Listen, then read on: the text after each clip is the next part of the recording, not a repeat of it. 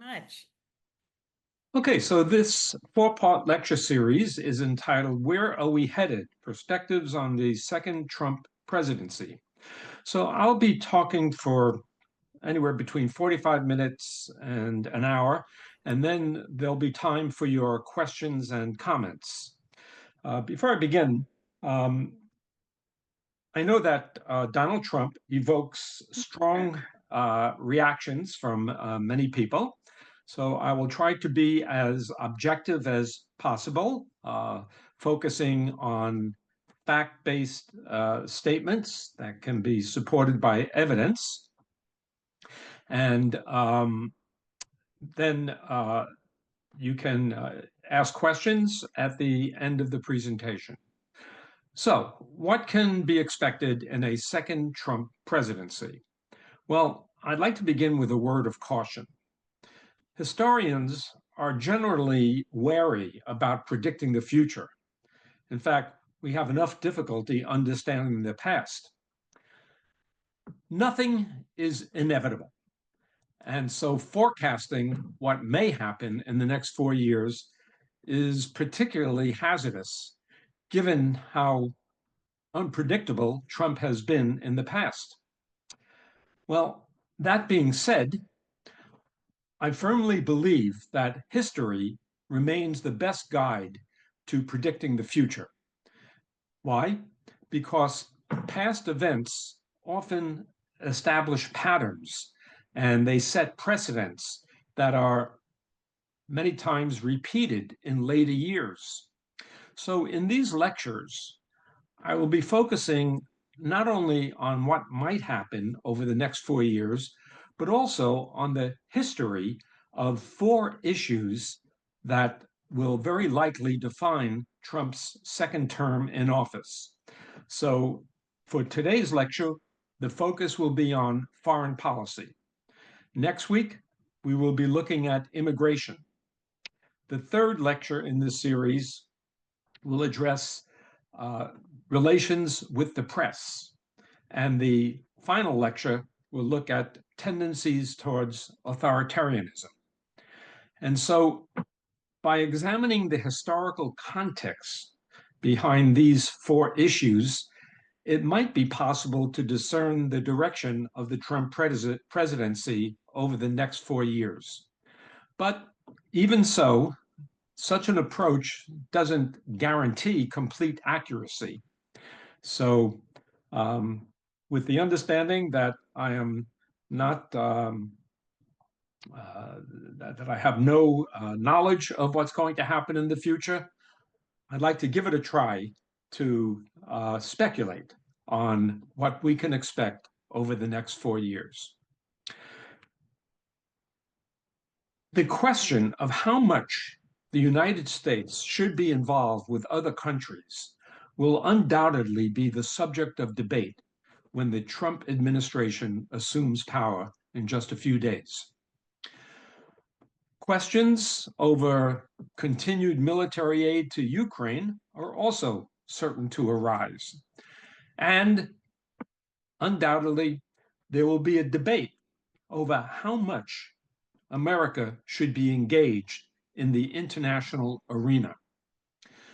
Some influential Republicans have argued that we should focus our attention mainly on domestic affairs, such as the economy, rather than taking on international responsibilities. But there are others who maintain that the United States is the indispensable nation, that the United States must support and defend democracy around the world, and that if America retreats from its leading role in world affairs, then our adversaries, China, Russia, North Korea, Iran, will step into the vacuum. Now, you may remember that in Donald Trump's first inaugural address in January of 2017, he declared, "From this day forward, a new vision will govern our land. From this day forward, it's going to be only America first. America first." Now,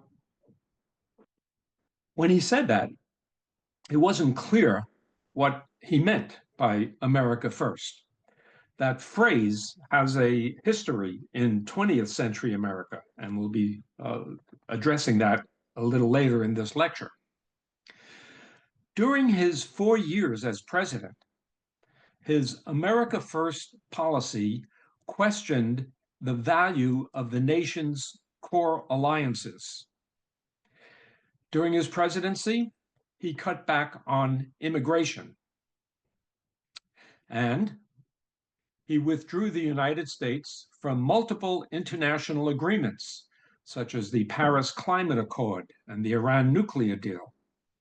He canceled free trade deals with our Pacific and Atlantic partners and raised tariffs on imported goods.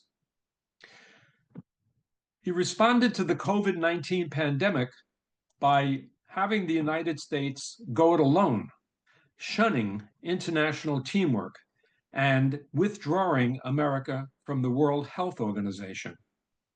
So this is what constituted Trump's America First policy.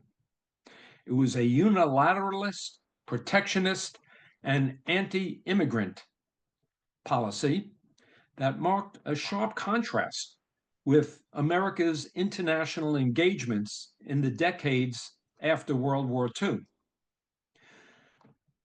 When we look back at the past 80 years, the United States had taken on a variety of international responsibilities and commitments. So if you look at this map, the United States has alliances with all of those countries in dark blue, and those countries in lighter blue are countries that are allied to the North Atlantic Treaty Organization, NATO. So since 1945, the United States has assumed a very active role in world affairs. It has tried to run the world through a network of global institutions, alliances, and military bases. But Trump's America First is a go-it-alone impulse. But that's really nothing new in American history. That resonates with American foreign policy prior to World War II.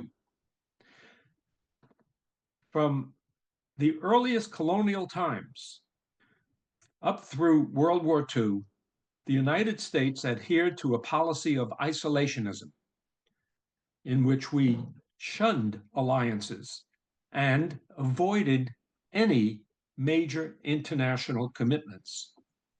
And so this presentation will address how American foreign policy followed an isolationist course up until World War II and an internationalist course after 1945. And then we will look at the prospects of Trump's foreign policy in his second administration. So we're going to focus on the reasons why the United States was isolationist at times and internationalist at other times, and why isolationist sentiment is once again popular today, and its implications for America and the world. So let's begin by defining what we mean by isolationism and how that term will be used in this lecture.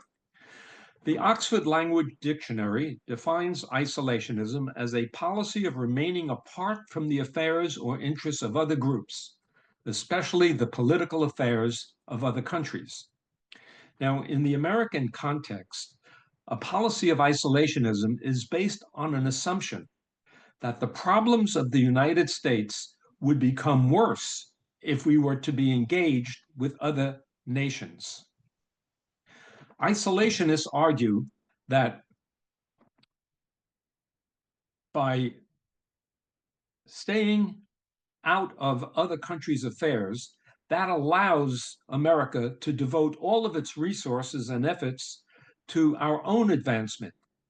It would keep us at peace and avoid binding responsibilities to other countries.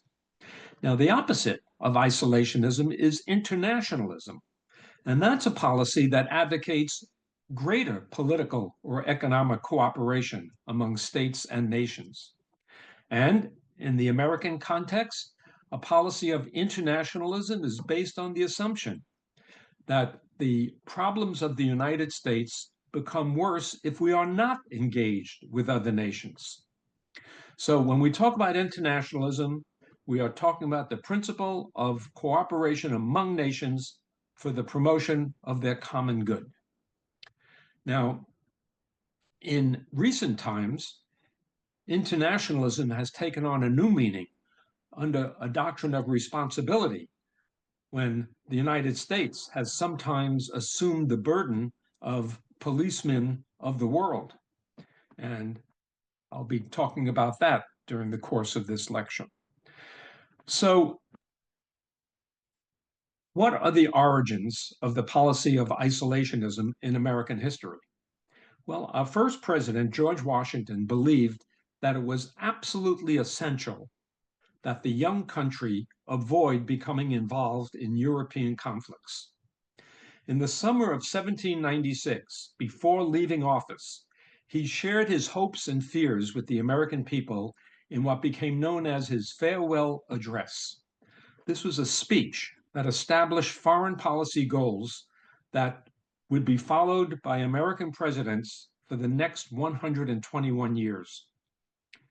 President Washington began by reminding America, which was bordered by the Atlantic to our east and the Pacific to our west, that America was blessed by its physical detachment from Europe.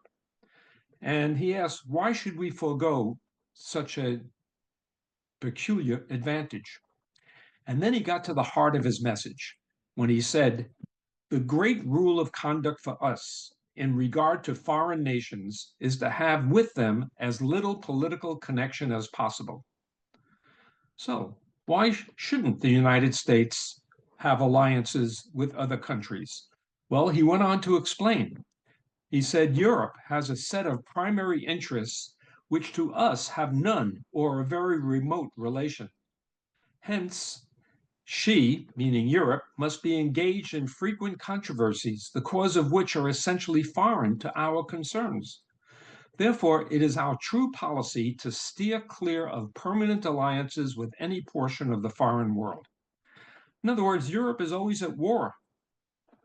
Why should we form alliances with European nations that might drag us into European conflicts? And so, from the time Washington made this farewell address until the United States entered World War I in 1917, American presidents followed Washington's advice by refraining from making alliances with other countries. But the young nation found it impossible to avoid foreign entanglements. In 1803, we went to war with the Barbary pirates off the coast of North Africa because they were interfering with American shipping. And the British interfered with American shipping in 1812. And so we went to war with Britain. In 1846, American expansionism led to the Mexican War. And in 1898, we fought Spain in the Spanish-American War.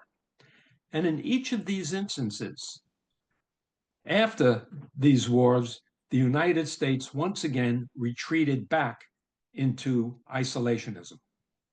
Now, in the early part of the 20th century, President Teddy Roosevelt adopted a more muscular foreign policy.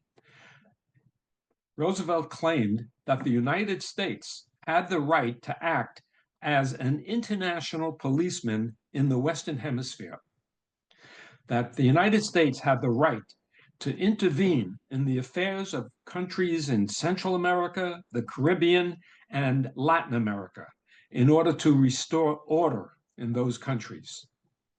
Well, even then, the United States still remained faithful to Washington's warnings by avoiding alliances with other countries. When World War I broke out in 1914, then President Woodrow Wilson was determined to keep the United States out of the conflict. He adhered to the warnings of the founding fathers and declared American neutrality in World War I. And he won re-election in 1919 under the slogan, "He kept us out of war." But just a few months later, German submarine warfare led President Wilson to ask Congress for a declaration of war against Germany. And so, for the first time since Washington's farewell address, an American president became entangled in European affairs. But even then, Wilson refused to commit the United States into an alliance with its wartime partners, Britain and France. Instead, the United States was officially designated, quote, an associated power of Britain and France, rather than an ally. But in one important way, Wilson was ready to abandon America's traditional policy of isolationism when he conceived of a post-war international organization known as the League of Nations. And Wilson hoped that the United States would play a vital role in this international organization, which was the predecessor of the present-day United Nations. When World War I ended, the victorious countries met in Paris to sign the Treaty of Versailles, which included Wilson's dream of a League of Nations. But the US Senate, which had to approve the treaty, was determined to keep America out of European and world engagements. And so the Senate rejected the treaty, and the United States never joined the League of Nations. So here is a cartoon showing an archway representing the League of Nations, but what's missing is the keystone. And here's Uncle Sam staying out of this organization, and his head is resting on that keystone.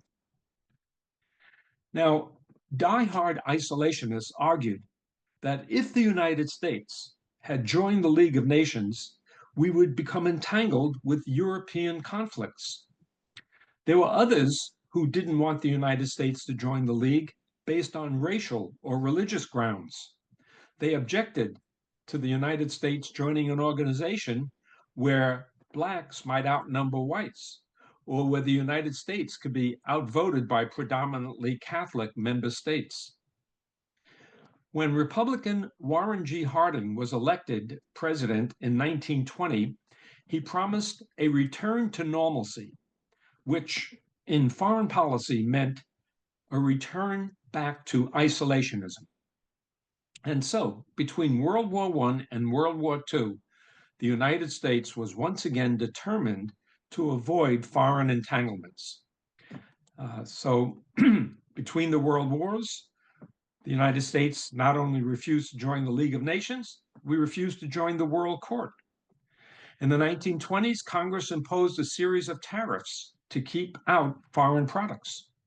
And Congress enacted immigration quotas to reduce the flow of immigrants coming from Eastern Europe and Southern Europe.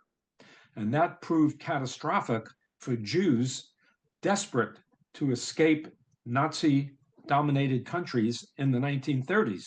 But the United States closed its doors to Jews desperate to seek a refuge in the United States. Also, between the wars, Congress lowered defense expenditures in order to reduce any temptation towards foreign entanglement. And then came the Great Depression of the 1930s, when America became totally focused on the economy at home and continued to follow a policy of strict isolationism abroad. Not only did we refrain from political alliances, but we also minimized commerce with other nations. But during the 1930s, war clouds arose in Europe and Asia with the rise of fascist countries. Nevertheless, America was more determined than ever to stay out of war. And that is reflected in this cartoon of a figure of democracy on her knees begging the United States to stay out of war-mad Europe. Now, America stood by while Japan invaded Manchuria in 1931, while Mussolini's Italy attacked Ethiopia in 1935. We refused to take sides in the brutal Spanish Civil War that broke out in 1936, or when Adolf Hitler violated the terms of the Treaty of Versailles by rearming Germany. Now, to further guarantee that the United States would not get into foreign conflicts, Congress passed a series of neutrality acts during the 1930s to keep America out of European conflicts. But President Franklin D. Roosevelt became increasingly concerned by the late 1930s as Germany, Italy, and Japan were growing more and more aggressive. And the tide of public opinion in the United States began to shift away from isolationism when World War II erupted in September 1939. By 1940, Britain faced the force of the German attack alone. And by then, many Americans felt that the United States should help England in its fight against Nazi Germany. And so Congress passed the Lend-Lease Act to send material aid to Great Britain. Nonetheless, isolationist sentiment did remain strong. And in September 1940, the America First Committee was founded. It was founded in order to keep America out of World War II.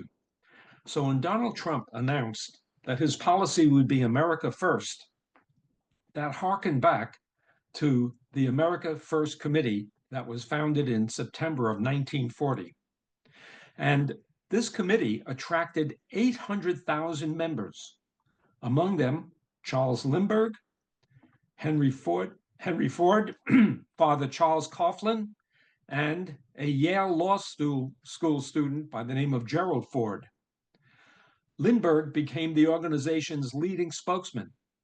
He never condemned Hitler's aggression. He contended that there was aggression on all sides during World War II. And a recent college grad who donated to the American First Committee was a very young John F. Kennedy.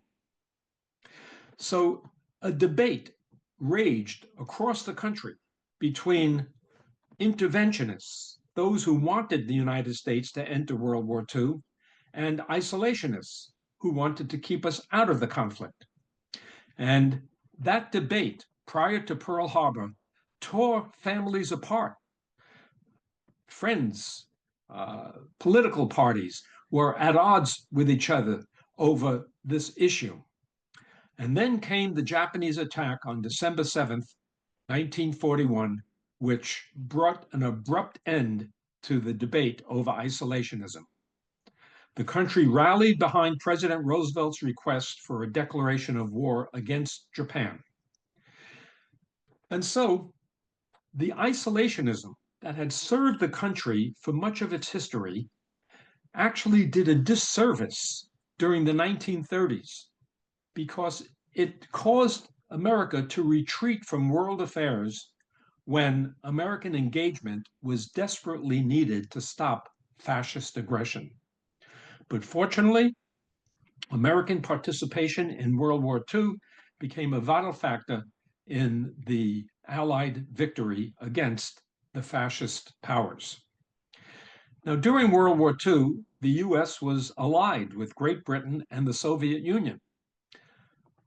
But although the country fought valiantly in that international effort, there was no guarantee that America would not retreat back to isolationism once the war ended.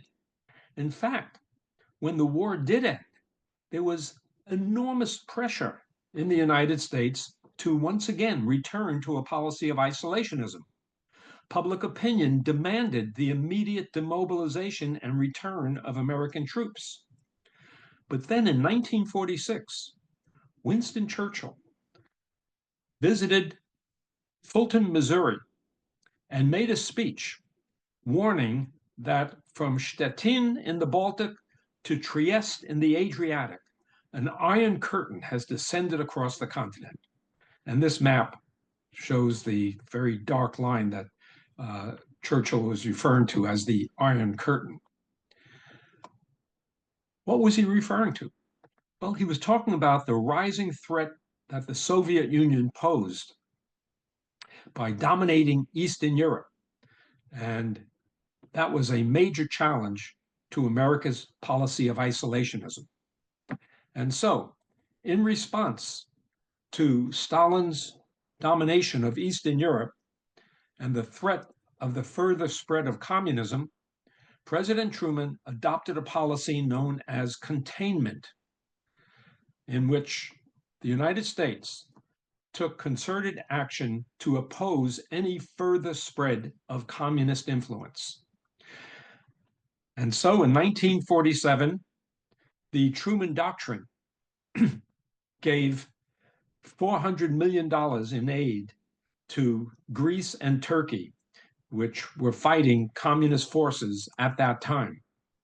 And then in 1948, the United States gave $12 billion to rebuild the economies of Western Europe so that communism would not make inroads in those countries. And when the Soviet Union closed off access to Berlin in 1948, the United States, along with Great Britain, undertook an airlift to bring food and essential needs to the people of Berlin. By 1949, the United States entered its first peacetime alliance, the North Atlantic Treaty Organization. And in 1950, the United States went to war against North Korea in the Korean War. So, taken together, all of this represented a diplomatic revolution by which the United States abandoned the policy of isolationism. So by 1950, America was firmly committed to an internationalist foreign policy, where even the United Nations was located in this country. And of course, the United States became a member. And America's commitment to global engagement continued after Dwight Eisenhower's election in 1952. The Republican Eisenhower believed that active American engagement in world affairs was the best way to resist encroachment of Soviet-sponsored communism. By the end of Eisenhower's 8 years in office, the United States was bound to 8 separate security treaties.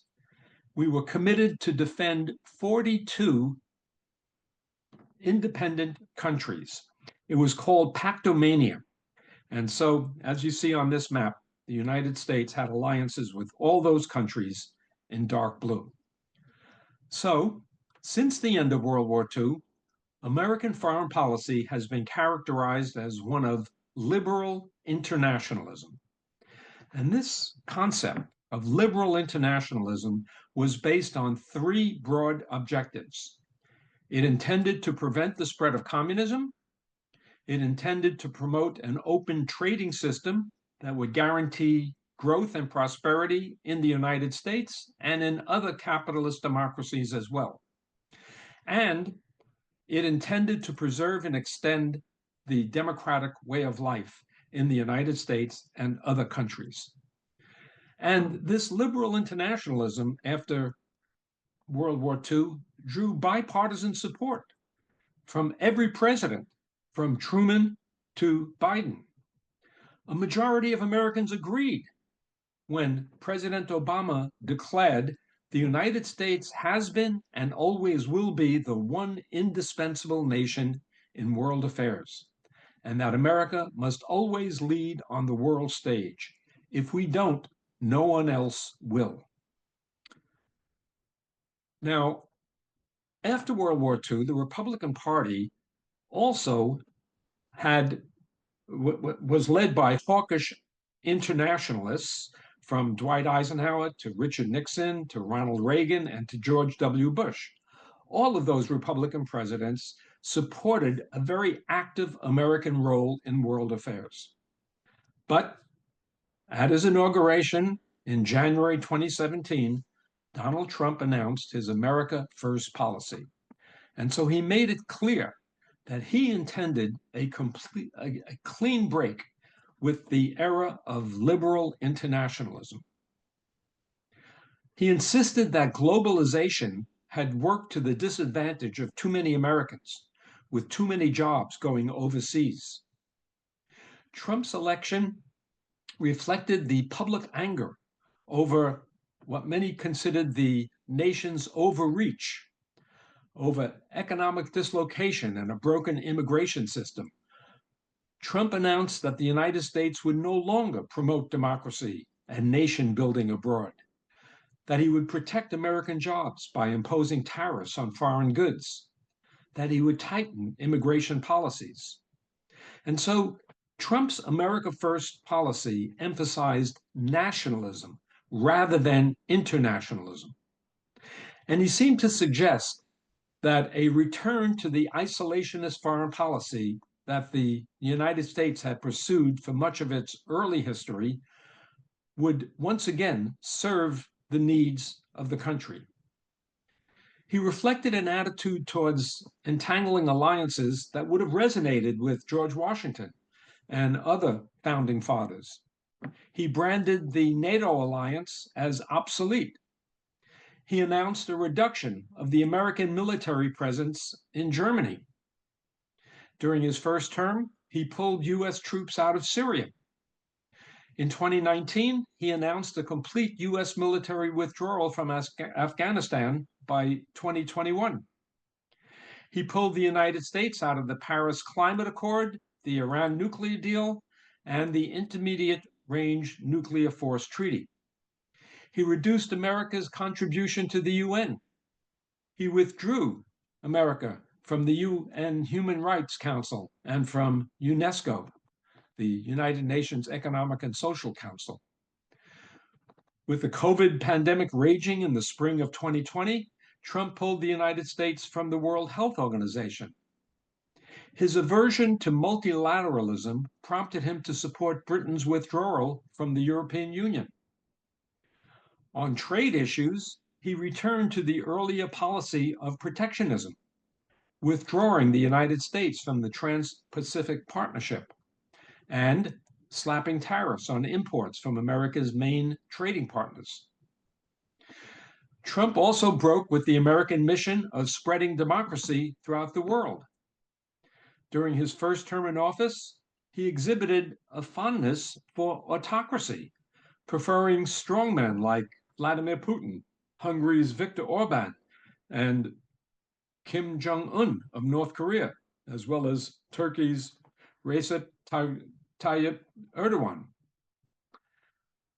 He also, while firming up relations with these autocrats, he denigrated democratic allies such as Germany's Angela Merkel and Canada's Justin Trudeau.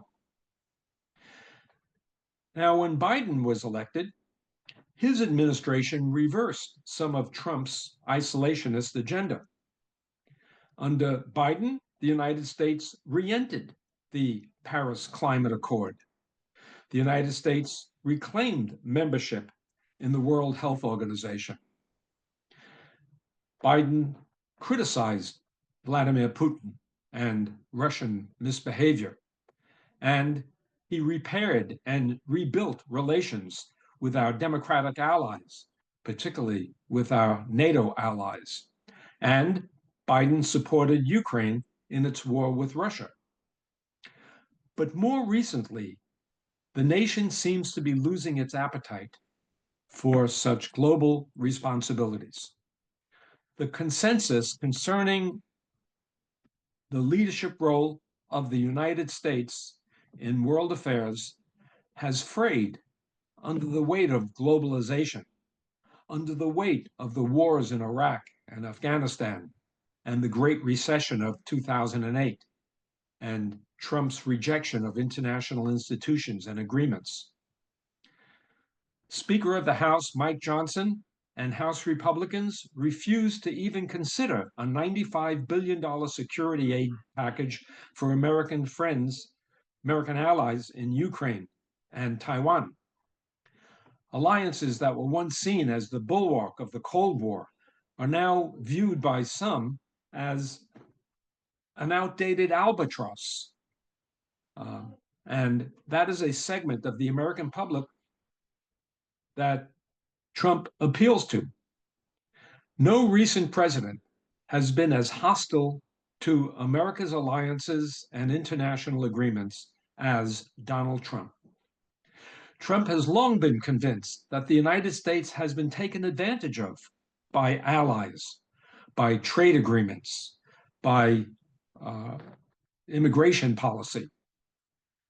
And there are those on the political right who hearken back to a century ago when much of America just wanted to be left alone. And a sizable portion of the electorate believes that the United States should stop acting as the world's policeman, that the United States should pull back from foreign commitments, that America should focus more attention on the home front, protecting jobs, controlling immigration, and reducing inflation.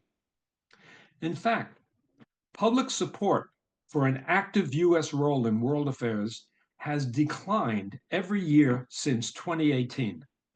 In 2018, 70% of the American public supported active American international engagement. By 2024, just 56%. And that idea of moving away from active international engagement has also made inroads with Democrats, where both parties once favored free trade agreements and spent decades expanding these agreements around the globe. Now neither party favors free trade agreements. Where Democrats and at least some Republicans not that long ago were open to immigration with some limits, today's negotiations in Washington are all about securing the border with no measures to legalize those who are here without documentation. In the United States, the discontent with alliances can be found both on the political left and the political right. And so, for example, some liberals who are disenchanted over the wars in Iraq and Afghanistan were more willing to blame the Ukraine war on the threat of NATO expansion. And conservatives are growing increasingly more suspicious of foreign influence in the United States. And so there does seem to be some impulse to return to an isolationist posture. But there's also a clear party divide over whether the United States should continue its active role in world affairs. While 80% of Democrats believe that the United States, 80% of Democrats believes that the United States benefits from alliances with European nations. Only 50% of Republicans agree with that. 68% of Democrats would support aiding NATO allies such as Lithuania, Estonia, and Latvia if Russia were to invade those Baltic countries. But just 48% of Republicans would do so. And so this party divide is most sharply demonstrated when it comes to the question of aiding Ukraine in its war against Russia. Now, as that conflict approaches the 3-year mark next month, public opinion polls in 2024 showed that 27% of Americans say that the United States is providing too much assistance to Ukraine, while 25% say that the United States is providing the right amount of support, and 18% say that we are not providing enough. Now, let's take a look at the difference between the way Republicans and Democrats have answered this question. Among Republicans and those leaning Republican, 42% say that we are providing too much support for Ukraine.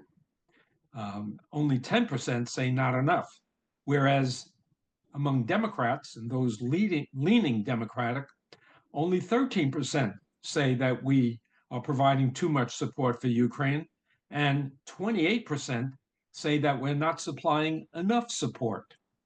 So this is a very clear party divide.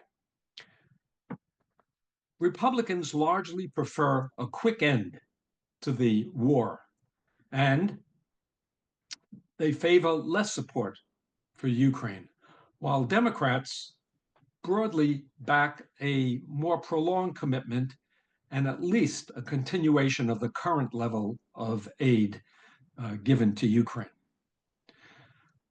Now, although Americans seem to be less inclined to be engaged in world affairs, they are not calling for a full retreat from the world.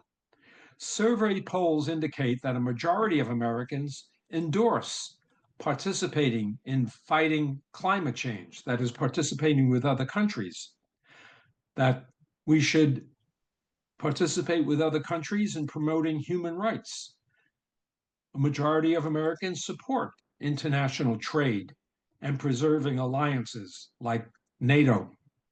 But it does seem that the electorate is demanding some kind of adjustment, sort of a middle course between the nation's original isolationism and its more recent overreach. Okay, now let's turn to what we might expect with Trump's foreign policy during his second term as president. Trump said he would end the war in Ukraine in 24 hours. He said he would end the war even before January 20th.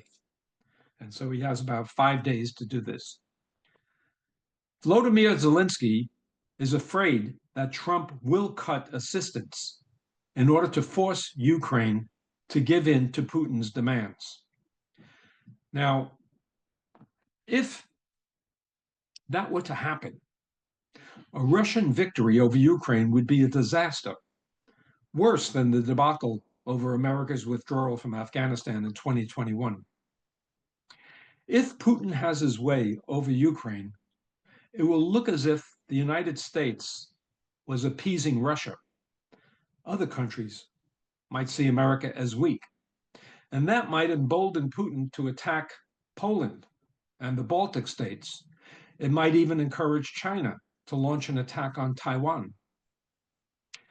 Now, Trump has denigrated the North Atlantic Treaty Organization, and in his second term as president, he may turn his back on NATO.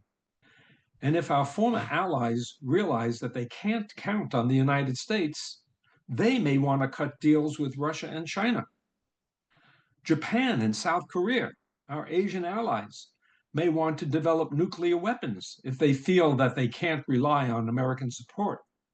And the proliferation of nuclear weapons certainly endangers the world as a whole. If Trump were to pull America out of NATO, and I'm not saying that he will, but if he would, then the future of Poland and the Baltic states could be further endangered. Now, turning to the Middle East, Trump has taken credit for yesterday's ceasefire agreement over the war in Gaza. Now, the Biden administration had been negotiating that deal since this past May. But Trump has taken credit, and I would argue that he does deserve a large measure of credit for this ceasefire. He warned Hamas of dire consequences if it did not accept the ceasefire agreement. In addition, this agreement was fashioned in part by two Arab countries, Qatar and Egypt. Now, those are both countries that want to curry favor with the incoming Trump administration. And so Qatar and Egypt have joined the United States as guarantors of this ceasefire in Gaza. And once again, I think they agreed to do so because they wanted to win favor with the incoming Trump administration.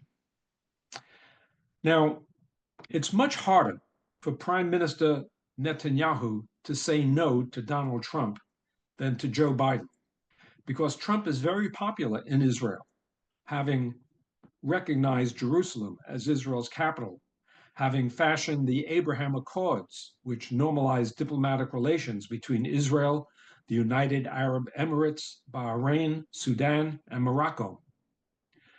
And so many Israelis see Trump as a very strong supporter. And there's no doubt that Trump has pressured the Netanyahu government to accept this ceasefire. But that agreement is not a done deal. It must be approved by the Israeli cabinet. And just today, the cabinet delayed debate and said it will take up the issue tomorrow. Two far-right ministers, Itamar Ben-Gvir and Smotrich, have threatened to collapse this ceasefire agreement.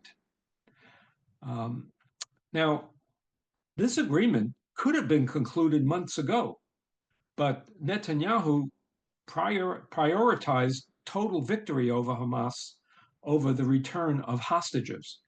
But now, with the pressure from the United States, from both Biden and Trump, it looks as if Israel is going to certainly consider this ceasefire. Now, the geopolitical map of the Middle East has changed dramatically over the past year.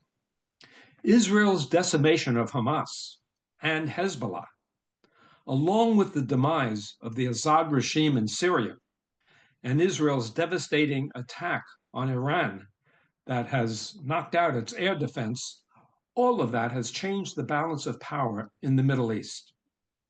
Trump has very good relations with both Israeli Prime Minister Netanyahu and Crown Prince Mohammed bin Salman of Saudi Arabia.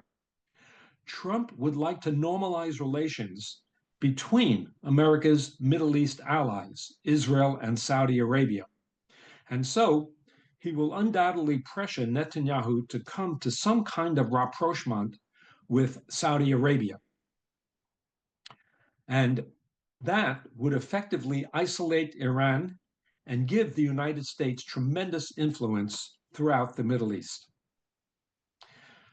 Now, turning to other aspects of a possible Trump foreign policy, Trump has recently said some ominous things concerning the expansion of American territory.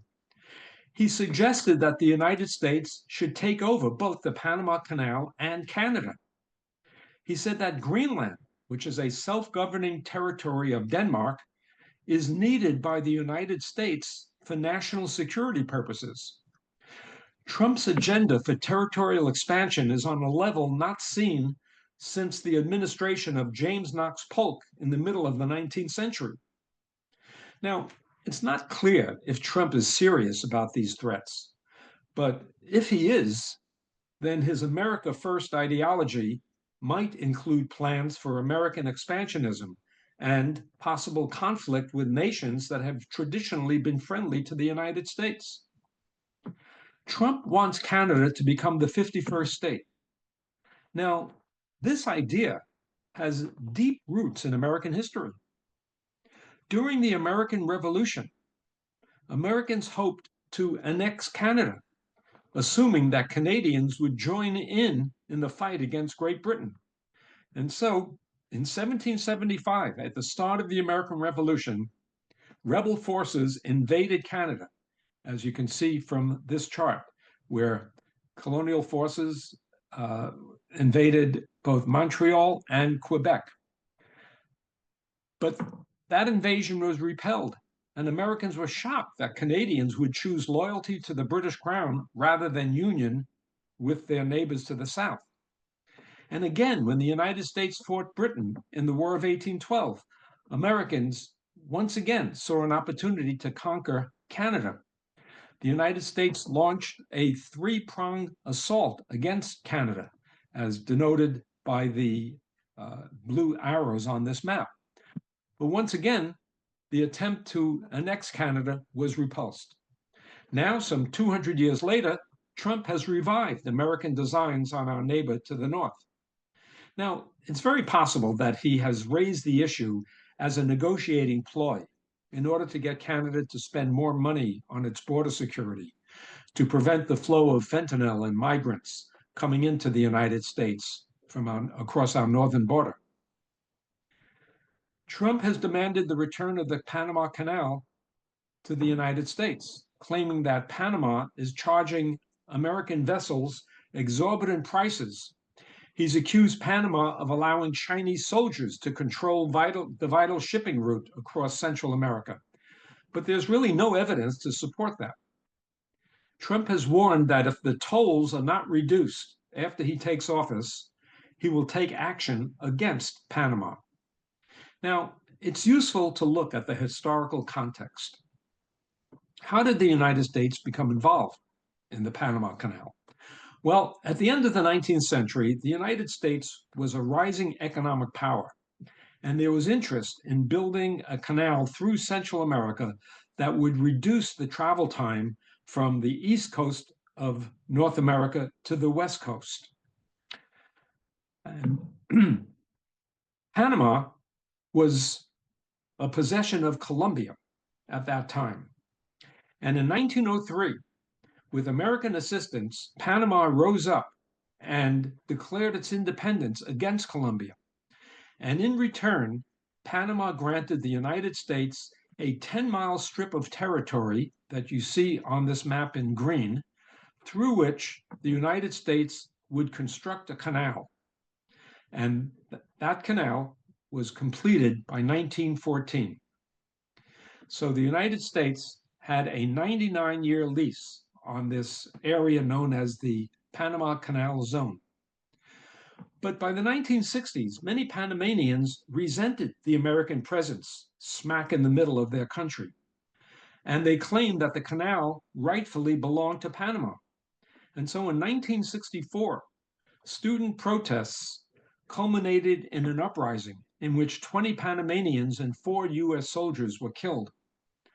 The riots led to a renegotiation of the Panama Canal treaties, and in 1977, then President Jimmy Carter signed an agreement to turn over control of the canal and the canal zone to Panama by the year 2000.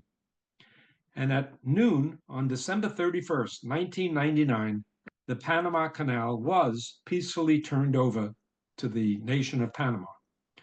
Now, Donald Trump is not the first Republican leader to complain about this. In 1976, Ronald Reagan declared, when it comes to the Panama Canal, we built it, we paid for it, it's ours, and we are going to keep it. Nevertheless, President Carter, who passed away just last week, considered the return of the canal to Panama as one of the crowning achievements of his administration. So after all of these years, why is Trump making an issue of a canal through which only 5% of the world's shipping travels? Well, when Reagan seized on the canal as an issue in the 1970s, America was reeling from the Vietnam War, from stagflation, from oil shortages, and from the hostage crisis in Iran. And so many people in the 1970s felt that the United States was becoming weak. And so Reagan hoped that his demand for American control of the canal would be seen as a statement of national strength. And so similarly, many Trump supporters seem to agree that the United States has become, quote, a third world hellhole beset by inflation, illegal immigration, drugs, crime. And so they crave for displays of strength. And so Trump's bellicose declarations over the Panama Canal just might be part of his agenda to make America great again. So in other words, controlling the canal is really less a matter of trade or geopolitics, but instead a metaphor for American power. Now, Trump's demand for Greenland is somewhat more disquieting. Why is Greenland important? It's the largest island in the world, 836,000 square miles, and mostly covered by ice. But it's strategically significant for its minerals, natural gas, and oil wealth, including resources that are used to make batteries, wind turbines, and electric vehicles. Greenland is also in a strategic location. As climate change in the Arctic intensifies, more and more ice melts, and that changes the nature of shipping lanes. Greenland is also home to a U.S. military base that houses its ballistic missile early warning system. Now, at a press conference at Mar-a-Lago last week, Trump refused to rule out using military or economic coercion to take Greenland or the Panama Canal. Now, that would present an intriguing scenario if the United States were to attack Greenland, because in essence, it would be attacking Denmark. And Denmark is a NATO member. And if the United States were to attack Denmark, that could trigger Article 5, which would compel the other 30 NATO countries to defend Denmark against the United States. But I don't think Trump intends to launch a military attack against Greenland or Denmark. Now, this isn't the first time a US president has expressed interest in Greenland. All the way back in 1867, the Secretary of State, William H. Seward, the man who negotiated the Alaska Purchase from Russia, he considered the idea of America annexing Greenland, but Congress refused to go along. And in 1946, President Harry Truman offered to buy Greenland, but Denmark refused to sell. And in 2019, Trump made a similar offer, and once again, Denmark refused. So why is Trump focused on Greenland now?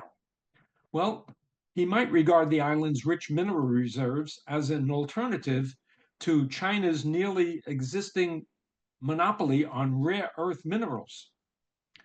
Trump might be concerned over increased Russian activity in the region.